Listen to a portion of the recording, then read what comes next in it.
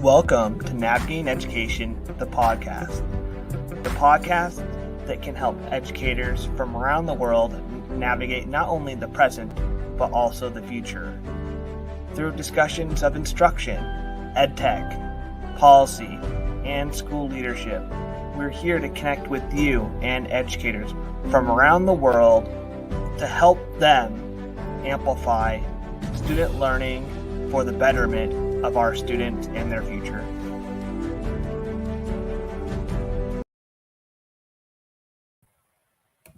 All righty. Good evening, everyone. Thank you so much for joining us on Navigating Education, the podcast. I'm Dr. Matt Rhodes, your host, and I can't believe we're at episode number 39 and we're at season 2. And tonight we're going to be talking about school finance. And I got Dr. Larry Dake here to talk to me about it. He's a Assistant Superintendent in Instruction and Budget from Binghamton, New York. So looking forward to a great conversation. Definitely talking about the differences between California and New York and how funding across our country is a little bit different when you go to state by state.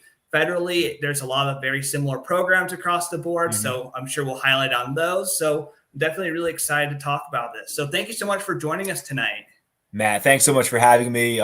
Great to be here on the East Coast while you're in the West Coast. And we had a beautiful 65-degree sunny day here in Binghamton after getting about 10 inches of snow 72 hours ago. So we are right in that transition of looking ahead to sunnier days. So it's a good time to be here. That's awesome. I'm glad that you're getting a little bit of a break in the winter. I know that you guys had some really cold months this year and some major storms. And I mean, for example, here, if it gets below 60, we freak out. So I can't really say anything too much about that. But so to jump in, let's just let our audience know a little bit about yourself and your background in education. Sure. Well, thank you. Yes, my name is Larry Dake. I am currently the Assistant Superintendent for Instruction and Budget in the Binghamton City School District. Binghamton is about 1 hour south of Syracuse and about 3 hours northwest of New York City. Actually, really close to the Pennsylvania line on that southern tier, or that flat southern tier of upstate New York. So this is my second year in the position. I am responsible for our school budget, which is about $135 million, with another, 10, 20, 30 million, depending on the year in grants and federal funds and school improvement grants, and also in charge of our pre-K through 12 instructional program and school accountability and those kinds of things. Have a great team, so I don't want to make it sound like that's all me, because it's not even close. We have a great group of administrators and leaders and teachers in our district and staff. Prior to that, I was a social studies teacher for not a very long time, for about 6 years, and had the first opportunity to go into school leadership in 2010. I was a curriculum coordinator in a neighboring district. Did that for 3 years. I was a principal for 3 years. And then the 4 years prior to this position, I was an assistant superintendent in a neighboring district, a little bit smaller, mostly doing human resources and personnel. So coming over to Binghamton, which is where I student taught 18 years ago and absolutely loved it. Thought I would end up here. It just took a little bit longer to get back.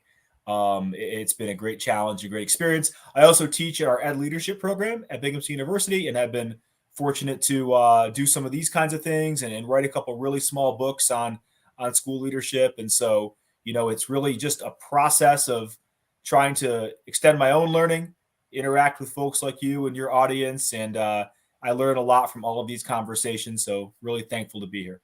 Yeah, for sure. And it seems like you've really gone full circle, which is pretty cool, and being in all those various positions. So definitely have that experience working, if we're talking about school finance at the really local level just for example, just at the school site level and then at the district level. So that's nice to have that experience so that you can touch a little bit about that. So let's jump into talking a little bit about how the state of New York, which you're from, allocates school funds to schools. And I want to just mention before you jumping into your answers that across the United States, if you're an international listener and viewer, that each state has their own mechanisms for state funding. And then we have the federal system, so where we receive federal monies as well.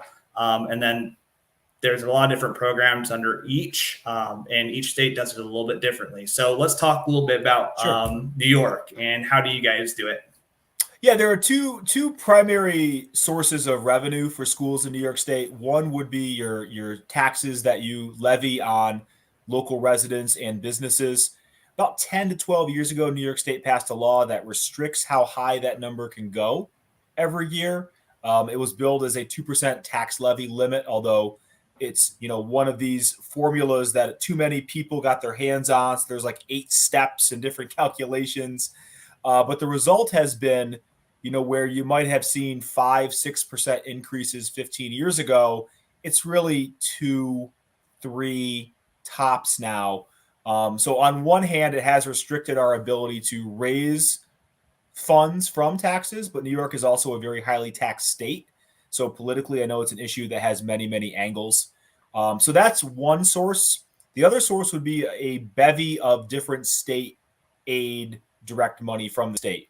So in New York State, there are different sources. There's a large batch of state aid that we receive called foundation aid that makes up the majority of what we receive. So our budget's about $135 million. About 70 of it is just from that source. Then we also have what are called expense-driven aids. So the money that we spend on transportation, the money that we spend on textbooks, those kinds of services, we get back the next year the amount that we spend up to a certain limit. Now, one of the key factors for school districts is every district, there's about 700 school districts in New York State. Every district is a little different in terms of that balance between local taxes and state taxes. So in our community of Binghamton, we're about 75% reliant on the state versus the local community. More affluent districts in our region might be a little more 50-50. And if you went closer to New York City and some of the really affluent places outside of New York City, it might be the other way. So anytime there's a state aid reduction, it does impact some of the higher poverty districts more just because they're more reliant on that state aid number than they are on local taxes. So we're a district that's about 75% reliant on state aid, 25% reliant on local taxes. I mean, I know it's all taxes, but just from where they come from. And then we do have another funding source. As you mentioned, some federal programs are maybe consistent across the country. We do receive title grants and money that comes to us to spend on ESL education, English as a second language, or migrant education. And then we also have some funding sources through school improvement grants. So if your school ends up on a designated list for improvement, not a great thing to think about. The flip side is it often comes with, say, $75,000 for that school to implement some unique programs that they have control over to raise student achievement, improve culture, and all those kinds of things. So all in all, there's lots of different kinds of money that comes to school districts, but it's that state taxes, state aid through the government, and then also local taxes that you can levy through your community that are the two main sources. Definitely. And I want to just let our listeners know that federally, it's a very small sliver of these programs that schools get. It's predominantly the states. Yep. And the states, and when it's based on taxes, over the last couple of years, it's been really fluctuating in terms of depending on how states their tax revenues are going based on COVID. Essentially, in some places, early 2020, I mean, it was like the fiscal cliff. And then absolutely. The federal monies, as well as the states, eventually were able to, once things stabilized a bit, they were able to provide the stimuluses to prop everything up. And the huge coronavirus stimulus packages of federal money, and most of those are grants that come to the states that the schools are dispersed. But absolutely. There's been a lot of talk, and I'm going to talk to you a little bit about this in the next question. I'm going to allude to it is that, when this federal money in these state surpluses run out, I've talked to a number of people that are worried about this like huge fiscal cliff. I mean, I think in our country, we particularly really worry about this. And I mean, there's only some times when it really gets bad, but there are times that it has. And a lot of people are predicting, like, if something doesn't really happen in the next they're not worried about 2022. They're worried about 23, Right. 24, 25. Yeah, and absolutely. they're just like, what's going to happen? We have all these contracts out. I mean, it's going to be not looking good. And in a lot of states too, for looking at urban areas, especially California, New York, where we see a lot of people that have left the cities that are younger millennials that have not had children. We're seeing enrollment drastically drop. So how are states, and this is a big problem in California in our K-12 is in a lot of these cities, is that enrollment has dropped. We're seeing a statewide enrollment drop of 3 to 8% over the next 5 years, which is drastic. And enrollment relates to a lot of, allocation in some states. It does. Directly relates. Yes. Yeah. And then certain states, for example, that are getting newer, people are moving to those states, they're seeing more funding. So I just wanted to elaborate kind of like, what are the current fiscal trends and challenges that you're seeing right now? Well, I think you outlined a couple of them right off the bat. We are also in an area that's seen some enrollment declines. We're in a district that, maybe 5 to 7 years ago was at 5,400 students, and now we're more 4,800 students. And there is a direct link between your average daily attendance and the money that flows to you on the back end through New York State. So that is a big challenge, and certainly one I think that our district doesn't share, isn't alone in. It's shared by really a lot of upstate New York. Quite frankly, has seen that. But I think you outlined right the biggest one, which is how do you take these one-time monies, the federal stimulus package, in which our district received a lot of it, and how do you spend that strategically so that you're not setting yourself up for the 23-24 or 24-25 school year to have a fiscal cliff? For example, one thing that I if I had to go back and say, like, here's how you should do it. Give us $1 million a year for 20 years rather than give us $20 million for 3 years. Because if you did it the previous way, we could hire and sustain 5, 6, 7, 8 more reading teachers or, whatever the case may be. So what we've really had to do in our district is be strategic about how we're investing that money. There are certainly some one-time costs that were directly related to the pandemic, such as some facilities upgrades, some HVAC upgrades, things that will help our students overall regardless. We did bring on some additional staff with stimulus money, and we're planning on building that into our general budget over the next 2 years. We are fortunate that while we have been receiving the stimulus money, New York State has also began to fully fund the foundation aid formula that was sort of sitting stagnant for like 15 years. And districts like Binghamton that were growing higher poverty over time were still receiving aid based on their numbers 15 years ago. So we have some money that's coming to us that's going to be sustainable to do some of that. But, one of the challenges that you see is that when folks know you have money, everyone comes out of the woodwork.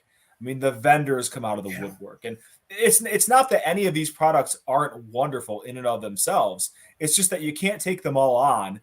And can you support them in 2 to 3 years? And so we've been really selective. I've been really selective with the programs that we're sort of letting in the door to take a closer look at, and really trying to allocate the vast majority of our funds to social emotional learning, some gaps that we've had there with hiring social workers. So I think another challenge really, and it's not directly related to funding, but, our students are more fragile than ever before. We're all more fragile than ever before. And I think, I don't know if we'll ever get to a point where there's never a normal. I'm not suggesting like, if we could just go back to 2019, it'd be wonderful. But, the dislocation that's taken place with families, and almost 1 million people have died, and those people have families and are related to people that we know. And I think a lot of that has really thrown whatever we thought was normal asunder. And that means addressing some of those challenges differently than we would have 5, 6, 7 years ago, because they're more intense in the volume and just what's happening. So I think it's a lot of those things. It's the societal impacts. The challenge of having a lot of money in the short run is almost as hard of a challenge as having very little money in the short run, because you can't go and just spend it willy-nilly. And set your district up for a cliff like you talked about. So I think those are some of the challenges that at least we're seeing in New York, particularly over the last couple of years. Yeah. And I mean, I think that it's just, I've talked to a lot of people about this, and they got so much money that they're like, we have to spend it now. If we don't spend it now, then it's just, what's going to happen? We're not going to be able to use the money. And, I wonder, this is a question I ask policymakers is, why didn't you allow this to be rolled over for almost every single program? And why did you specify that needs to be spent now, in 6 to 12 months and, thinking of that long-term budget planning? But I think at the government level, and then also I think for private business, they're thinking about this year mostly only versus the next 5 years. I mean, maybe that's something to do with human nature or the legislative process or business, but I feel like for education is that we as collectively as educators and decision makers, I think that we need to focus on not only now but the next 5 years, because we're drastically seeing such a change in the nature of what education is and what services we're providing students. And I think that, I'm hoping that some of these changes are going to, change the finance process, but I still think we have a long ways to go. I would agree. Yeah, I would agree. It almost feels like we're in, I remember sitting here a year ago, not here, but on March 16th, a year ago, we were still in the phase in New York State where we were thinking we're going to have a 20% cut. And the large stimulus money was being talked about. We hadn't seen it yet. And I remember vividly on April 7th, New York State adopted their budget, which is a little bit late. And our budget vote is in mid-May. And we had to really almost redo everything because we went from really feeling like, oh my gosh, we're going to have to, limit programs, access programs, to now, again, having these funds where we could hire 2 more restorative practices coaches. We could do all these things, which kind of leads to the intersection of what we've talked about. So every district in New York State is getting this money. In an area like Binghamton, we're one of 15 districts in our radius, the biggest one, and there's smaller ones, mid-level ones comparatively.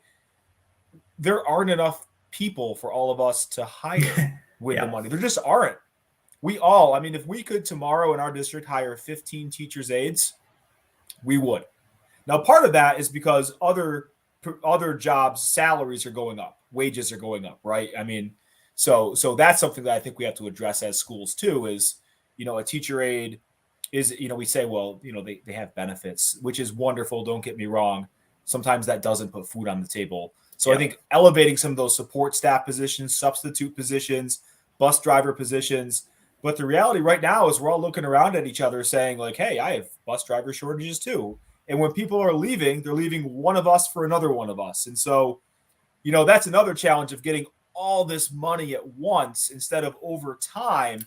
Is it put a lot of stress immediately on the labor market coming off of COVID, when people are maybe a little more skittish of being in a school full of 500 5-year-olds, right? and their germs. So that's been another challenge as well. No, there's so many challenges with the, just the HR hiring process when there's just not enough people and there's so much money to go around, but we don't know how long that money is going to last. I can't imagine some of the decisions that are having to be made, and it's not easy. And I think that this kind of leads me into some of my next questions relating to stakeholders, because I think that, various states, they have a local control type ideology where at least some of the decision making is made by stakeholders in the community, and accountability as well to ensure those programs go into place. And I think that now more than ever, it's important to have these stakeholders involved in the process, especially with you've seen so much politicization and all this other things coming into school board meetings. And I think just really educating people about the process of how they can be stakeholders in the community is important, especially in budgeting. So in California, we have local control, essentially a process where it's a big plan. You have a number of meetings throughout the community, determine what our stakeholders want. And then you develop a number of goals that you're collecting data for. You present to stakeholders, provide input. Does New York provide something similar in terms of the local control? The template that you just described sounds pretty similar. So our boards of education are elected from the community. That's the authority that has the ability to set the tax levy limit. They could go higher if they want to. They can go lower than what the formula comes out to. And they're also the ones that are adopting the budget. And just last night we had our second budget presentation where I was presenting to the board about what's going into this line and that line and what's going to happen with natural gas. And particularly now, I know we're seeing $4.40 a gallon in New York State. I can't imagine what it might be in other parts of the country. So there is that tradition of local control. Just to give you an idea, I'm in a county. Binghamton is a city of about 45,000 people, and it's by far the biggest in this region. There are about 10 to 11 school districts just in this county. Whereas I think in other areas where it's at the county level or it's a little bit bigger, it's different. But, you have these small boards of education with their pockets of money making decisions in many ways independently of each other. Although I'm sure because of the rules, a lot of the decisions end up being the same. So there is that level of local control. Every now and again, you hear the talk about merging districts or things like that, but it's very difficult to do in New York State. And so there is that local control of the budgeting process when it comes down to some of those school improvement funds that I talked about. So this school has $75,000 in this special line. That's where you really get down to the level of the school having that authority and that power. And that's where you see a lot of really impressive family engagement. I would love to see us have a process where we think maybe a little bit differently about how we engage the community. I mean, there were let's say 13 people at my budget presentation last night, excluding me. And 7 of them were board members and 3 of them were my colleagues, and one was the one community member who wanted to come and watch. And granted, it's not a budget year where we're cutting. That tends to bring more people out if you're having to close a school or having to do those things. That's not this year. Everyone knows we're kind of good for this year. But having that vision for 3 to 5 years is something that I'd love to see us do more of. Our district's going through a strategic planning process for the next 5 years this spring. So I really think that's going to be a nice opportunity to engage the community and talk about some of those goals. But I think that's always a work in progress in terms of engaging your community. And there's never enough. I mean, there's always more better ways I think that we could do it. No, for sure. And I think that what we're seeing, I mean, this has been something that's been really important, but I think it's become even more critical is that public relations, the marketing piece of getting people involved in those types of meetings or just getting that community involvement. How are you going to get people to come and, be a part of the school community, go to your, those various stakeholder meetings, and, just have that active participation. What's it going to take? What's it going to take people to do it? And I think that, that needs to be talked about more. And I think within, administrative programs and ed leadership, I think that needs to be a class. I think nowadays really is a huge demand in public relations, not only just getting people involved, but how to navigate that sphere is something I think that needs to be talked about more. And I think more training. I would agree. Yeah. So let's talk a little bit about, I know that we talked about this earlier in terms of budgets rolling over. I don't know why in New York, for example, when you spend, your money allocations for the year, do you get to roll over much for the next year, or is it mostly just all slated for various programs, putting money aside in the bank? What does that process look like for you? Yeah. So we have to present to the taxpayers a balanced budget. So if we can show that this is the amount of money we're getting, this is the amount of money we plan to spend. Now, throughout the course of the year, and I would say particularly this year, if we budget for, we have 120 teacher aides in our budget, we can only fill 98 positions. There's money there that we're not spending. So every year, particularly in a big budget like ours compared to, where we are in the state, there's going to be some money that's quote unquote left over. We budgeted X for furniture, but we only needed this much, or, you get to 8 months into the year and there's reasons why that happens. So, in terms of that, there is usually the ability to put some money away every year. There's a 4% cap right now in New York State on essentially your savings account. So unlike, us as people, you can put whatever percent you want, you meet your obligations, you put X into a money market.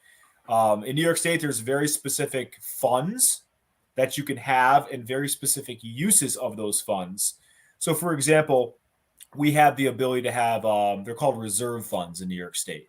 So we have something called a health insurance reserve, where we can put a small amount of money away each year into a reserve.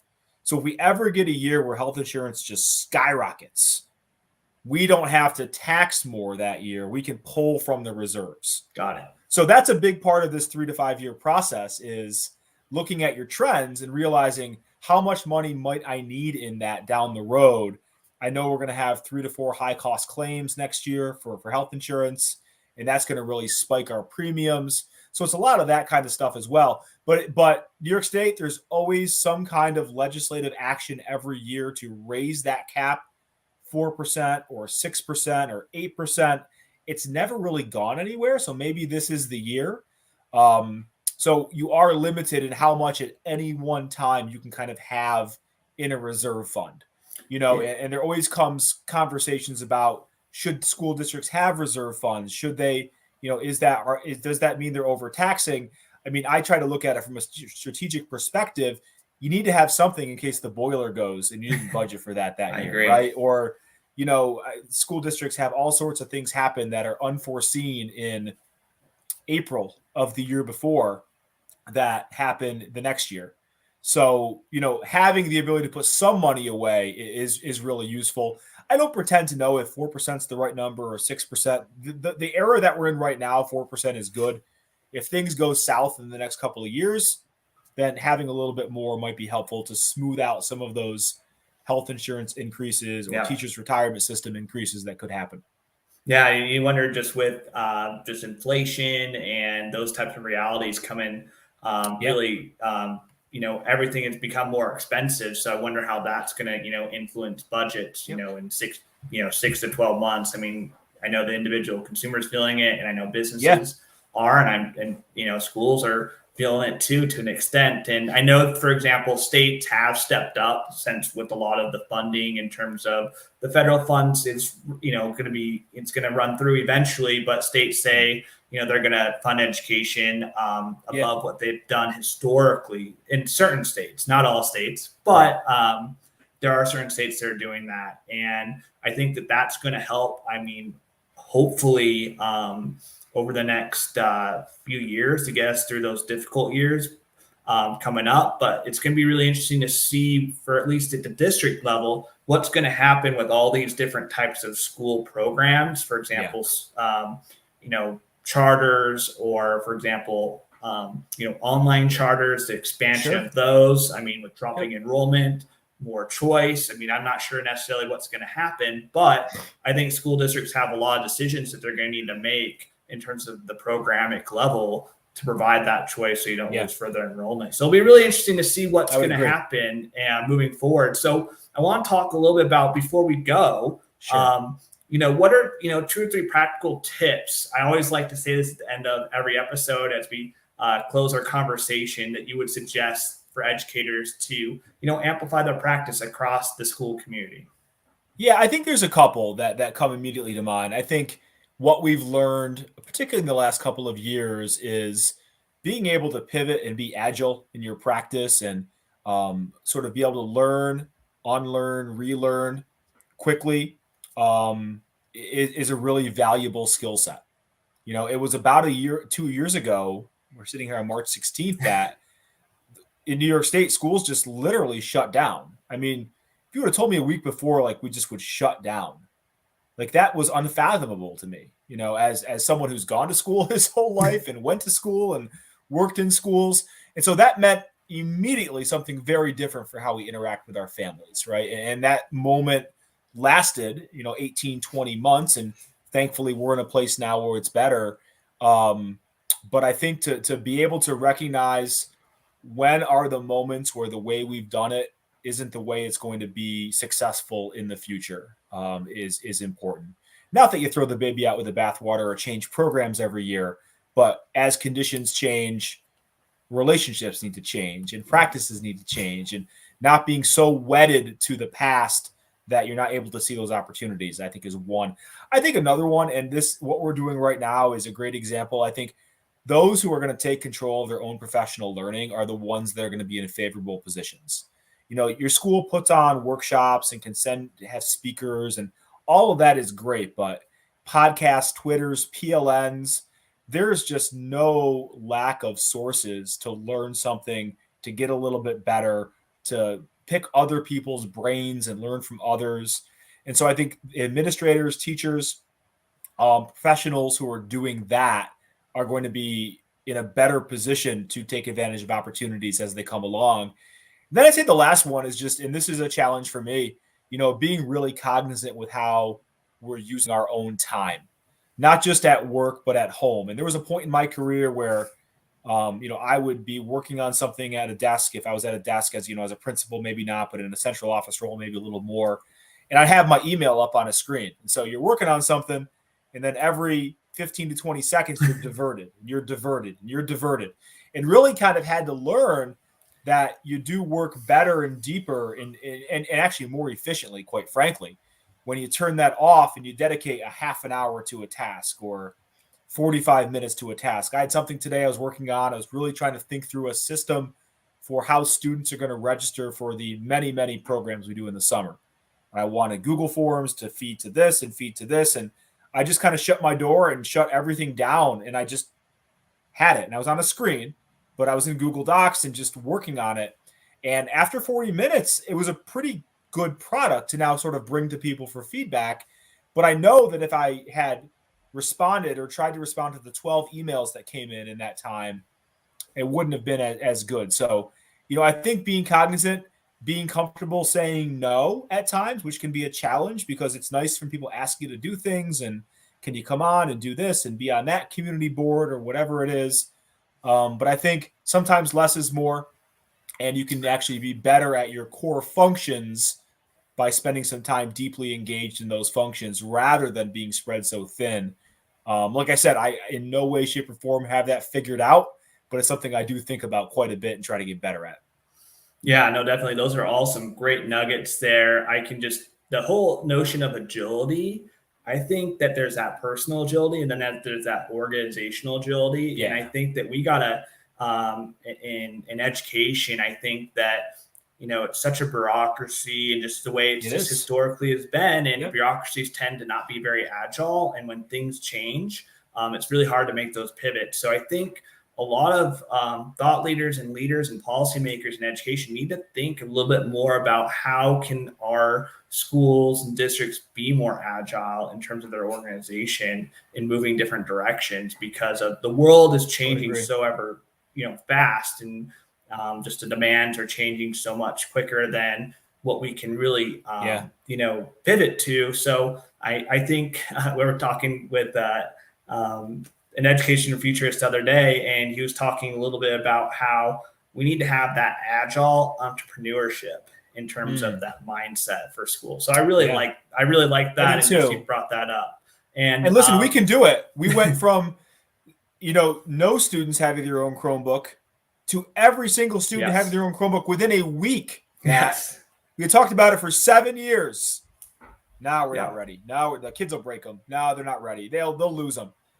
Less than a week after this, 2 years ago now, we were literally in our district office assigning kids Chromebooks and delivering them to their homes. So, I'm not saying that everything should happen in that kind of crisis, but we can do it. We can do some of these things. I just think you're right.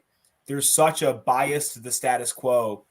And it's probably because of the bureaucracy that things move so slow.